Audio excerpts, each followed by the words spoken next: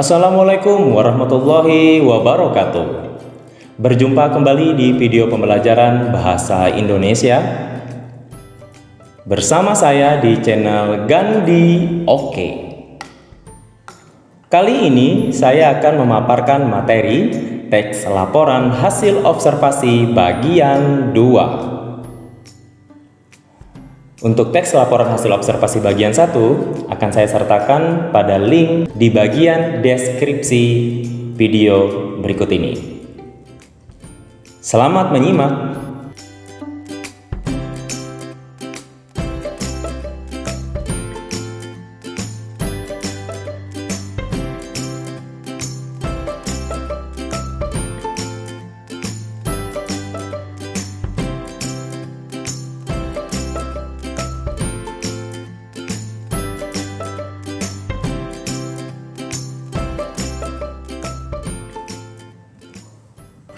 Sebelum menulis teks laporan hasil observasi, Anda harus mengetahui kriteria teks laporan hasil observasi yang ideal, baik, dan benar. Apa saja kriterianya? Memiliki susunan struktur teks yang urut dan lengkap, yaitu mengandung definisi umum, deskripsi bagian, dan deskripsi manfaat. Yang kedua, dalam struktur teks tidak memiliki kesimpulan atau penutup. 3. Dalam teks tidak ada opini dari penulis. 4. Teks menjelaskan sebuah informasi yang benar adanya atau sesuai fakta.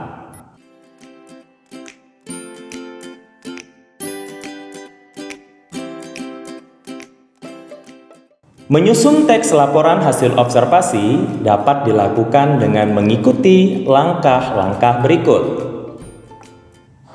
1. Menentukan tema atau judul.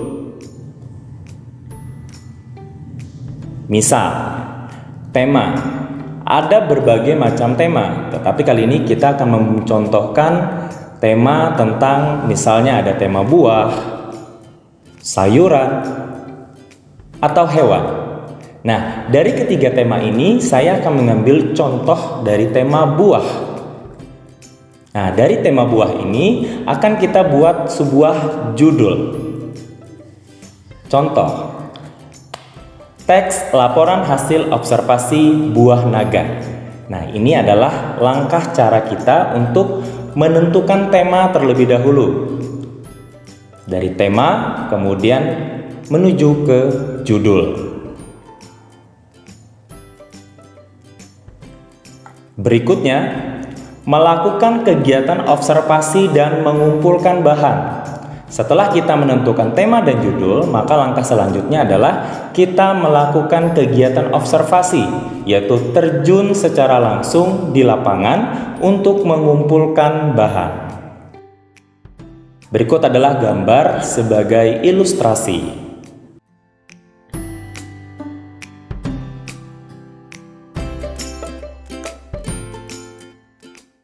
Berikutnya, menelaah data dan bahan yang diperoleh. Setelah data kita peroleh, maka kita perlu melakukan telaah data yang telah kita peroleh dari kegiatan observasi. Mana yang merupakan definisi umum, deskripsi bagian, dan deskripsi manfaat.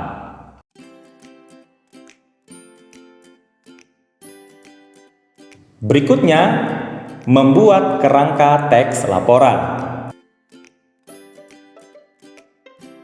Kemudian, mengembangkan laporan sesuai struktur dan ciri kebahasaan yang tepat. Setelah kita kembangkan laporan sesuai struktur dan ciri kebahasaannya, selanjutnya tahap terakhir adalah menyunting teks yang telah ditulis. Kita sunting kembali apakah laporan yang kita buat sudah sesuai dengan ejaan dan tanda baca sudah benar. Berikut adalah langkah-langkah untuk menyusun teks laporan hasil observasi. Kita akan menuju pada contoh. Nah, berikut ini adalah contoh teks laporan hasil observasi pohon kelapa. Pohon kelapa atau disebut juga pohon nyiur merupakan tumbuhan palem yang berbatang tinggi. Tingginya bisa mencapai lebih dari 3 meter. Buahnya tertutup sabut dan tempurung keras. Dalamnya terdapat daging yang mengandung santan dan air.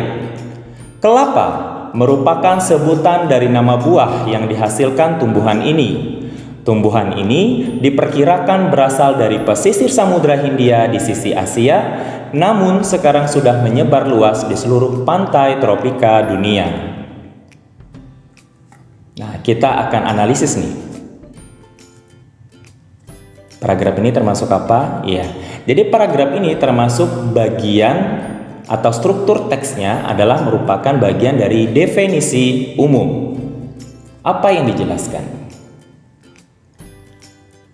Nah, definisi umum terletak di paragraf pertama. Jadi, definisi umum itu selalu terletak di paragraf pertama.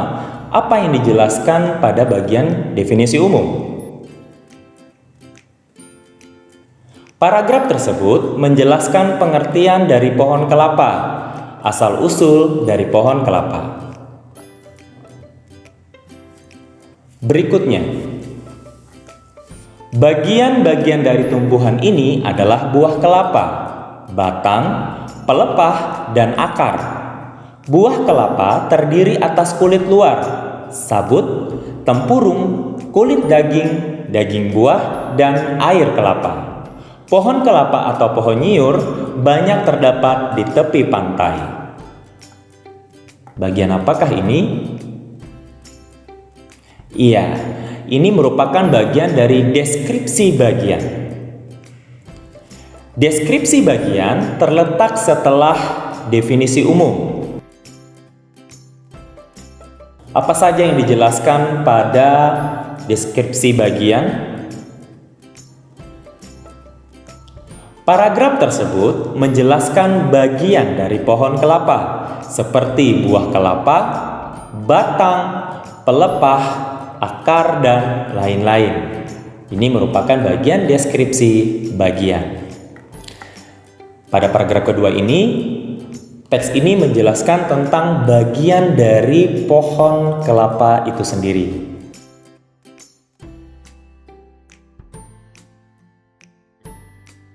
Berdasarkan penelitian yang ada, kelapa diyakini bermanfaat untuk menyembuhkan penyakit seperti TBC, luka bernanah, wasir, disentri, dan kolera. Selain itu, buah kelapa sangat bagus untuk mengobati keracunan. Karena buah ini dapat menetralkan racun di dalam tubuh kita dan dapat dijadikan sebagai makanan atau minuman. Deskripsi manfaat. Deskripsi manfaat terletak pada paragraf terakhir. Nah, jadi deskripsi manfaat itu selalu berada di paragraf terakhir ya. Paragraf tersebut menjelaskan manfaat dari pohon kelapa. Sudah dijelaskan pada bagian ini bahwa apa sih manfaat dari pohon kelapa ini? Yaitu ya untuk menyembuhkan penyakit, selain itu juga untuk mengobati keracunan. Nah, ini adalah manfaat dari pohon kelapa. Nah, demikianlah contoh tentang teks laporan hasil observasi pohon kelapa lengkap dengan struktur serta penjelasannya.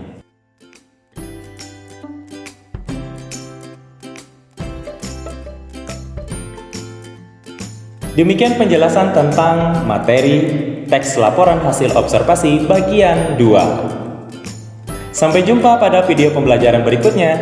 Semoga bermanfaat dan terima kasih. Wassalamualaikum warahmatullahi wabarakatuh.